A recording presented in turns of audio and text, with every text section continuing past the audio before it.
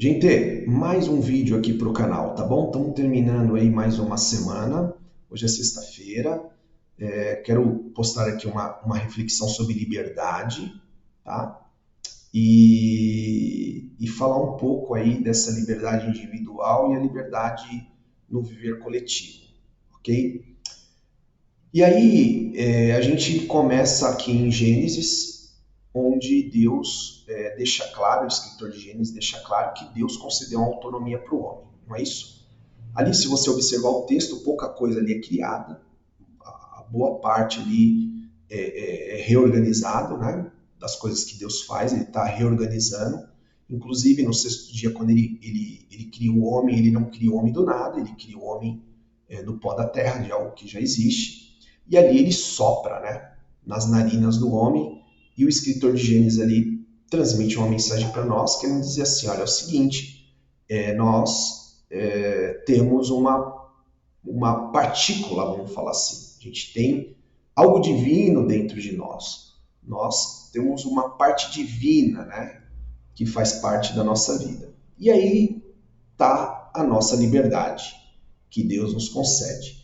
Ali ele deixa o ser humano colocar o nome nos animais, deixa o ser humano ali cuidar do Éden, gerir do Éden, a autonomia é dada ao ser humano, e claramente ali a liberdade concedida, né? Inclusive de comer os frutos, né? Pode até mesmo comer o fruto do bem e do mal ali, que Deus até faz uma prevenção ali, falando, olha, se você comer, você certamente morrerá. Mas não limita o acesso, deixa a liberdade ali para que o ser humano tenha autonomia de fazer o que ele bem entender, certo? E aí é lógico, a humanidade, a humanidade ele não, a humanidade, essa liberdade da humanidade tem um ônus, certo? Porque o ser humano ele atravessa o sinal vermelho. O ser humano ele não consegue muitas das vezes entender, né, qual é o limite e até onde ele pode avançar, e ele acaba avançando o sinal, acaba avançando a linha vermelha, certo? E prejudicando o próximo e a ele mesmo, enfim.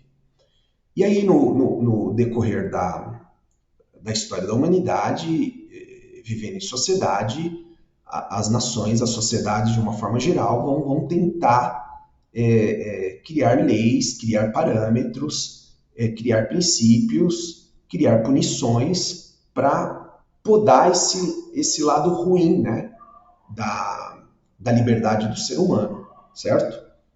Estão ouvindo um cachorrinho aí no fundo, né? Que o nosso vídeo aqui é bem amador, mas é assim mesmo, tá bom? Enfim, então, a partir daí, a religião também entra, trabalhando esse aspecto, né?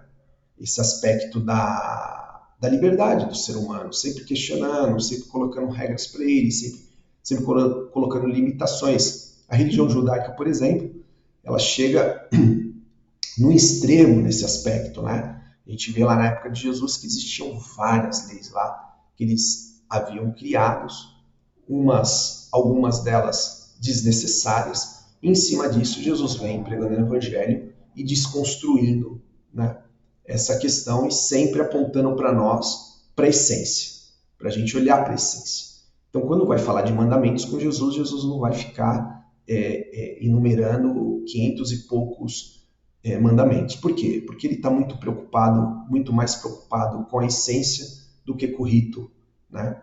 Então ele fala assim, olha, os mandamentos se resumem em dois: amar a Deus acima de todas as coisas e o próximo como a ti mesmo, né? Quando ele vê lá os fariseus ajudando o pobre de forma equivocada, né, tocando trombeta, enfim, ele vai falar, olha, vamos voltar para a essência, você tem que ajudar, tem, mas faça de uma forma que ninguém fica sabendo, porque aí você protege o seu ego, né? E aí Jesus sempre está nessa questão de apontar muito mais a essência. E aí os primeiros cristãos levam isso muito a sério, e eles são acusados de usufruírem de uma falsa liberdade.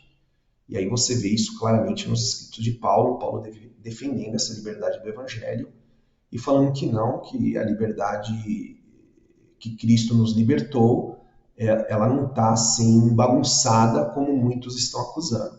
Mas só que ela não se baseia em ritos, ela se baseia em essência, em consciência, né? E aí que mora a questão do nosso posicionamento em relação à liberdade. A gente precisa se preocupar muito mais conosco mesmo do que com o nosso próximo. Por quê? Porque se o nosso próximo comete algum equívoco, certo? E a gente pode, de alguma maneira, ajudar nesse ponto, ok. Mas, na maioria das vezes, a gente não vai poder. Por quê? Porque ele está incumbido de uma liberdade. Então, é a decisão dele que vai falar mais alto e não o que você fala para ele fazer, entende? Então, por essa razão, a gente precisa se preocupar muito mais conosco mesmo. Eu acho interessante aquela parábola da grande festa, quando Jesus ele manda os mensageiros, né, por fim lá, resumindo, quando o dono, né, da festa manda os mensageiros chamar todas as pessoas, porque os convidados da festa não quiseram vir, e ali os mensageiros saem chamando todo tipo de gente e enchem a casa. E aí, em um certo momento da festa, do banquete ali, o dono da festa está andando, e ele vê uma pessoa ali que não possui a veste nupcial, né? E aí eu pergunto para vocês, vocês acham que os convidados, ou até mesmo os mensageiros, não observaram isso? E eles poderiam interferir, não poderiam? Não sei se seria efetiva, né? Não sei se seria próspera, né? Com sucesso a interferência deles. Mas eles poderiam. Mas o fato é que ninguém fez. Por quê? Porque a gente não está aqui para interferir na liberdade do outro e falar que tipo de roupa ou que tipo de posicionamento A e B tem que ter, certo? Isso cabe ao dono da festa, que no caso aí na parábola é Deus. Então é ele que vai fazer essa separação, percebe? Por quê? Porque a gente não tem essa capacidade. Então, dentro dessa parábola, nós precisamos entender até onde vai a nossa liberdade e até onde a gente pode interferir na vida do outro. A gente pode interferir como mensageiro, como chamando ele para algum lugar que a gente entende que é o melhor caminho.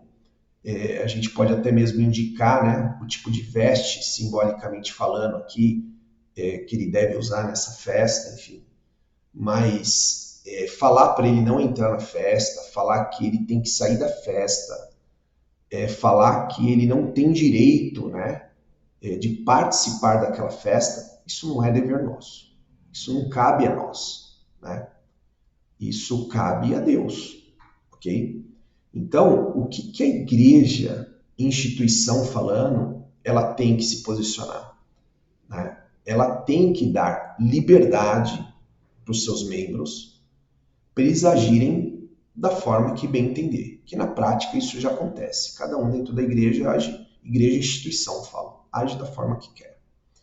A única coisa que a igreja ela pode fazer e deve fazer é dar parâmetros, é mostrar o evangelho, é mostrar Cristo, certo? E a partir daí, sim, cada um individualmente transforma o seu mundo, como diz, né?